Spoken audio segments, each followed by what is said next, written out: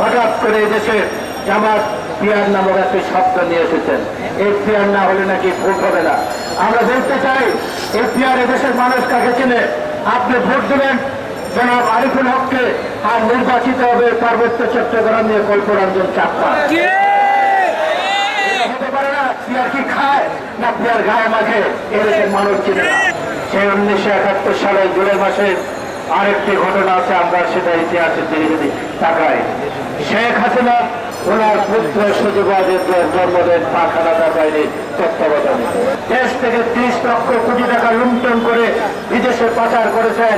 শেখ হাসিনা, তুমি তোমার পরিবার আত্মীয় স্বজন নিয়ে চলে গেছ, কিন্তু নিরীহ কর্মীরা আজকে কোথায় যাচ্ছে? যে নিরীহ কর্মীরা আজকে মার খাচ্ছে। বিএনপিতে কোনো হাইব্রিডের অবস্থান হবে না। আমরা পরিশ্রম করেছি, প্রতীক্ষা শেখ হাসিনা আমাদের কোনো নেতা কর্মীকে কিনতে পারে নাই, কিন্তু আমাদের আজকে কয়েকটি মাস অপেক্ষা করতে হবে। আমাদের কোন কর্মের কারণে জিয়া রহমান এবং খালেদা জিয়া আমাদের আজকের প্রিয় নেতা তারেক রহমান সম্পর্কে কেউ কোনো কথা বলতে পারে, এই কাজটি যেন আমরা না করি।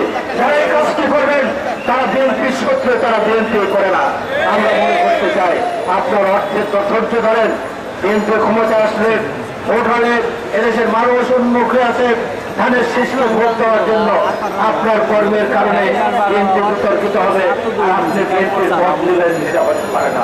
আপনি যখন সংকটের মধ্যে নিপতিত 1971 সালে দেশের মানুষকে যারা স্বাধীনতার স্বপ্ন দেখালেন, শেখ মুজিব সেদিন স্বাধীনতার ঘোষণা দিতে ব্যর্থ হন নাই, উনি আত্মসমর্পণ করেছেন।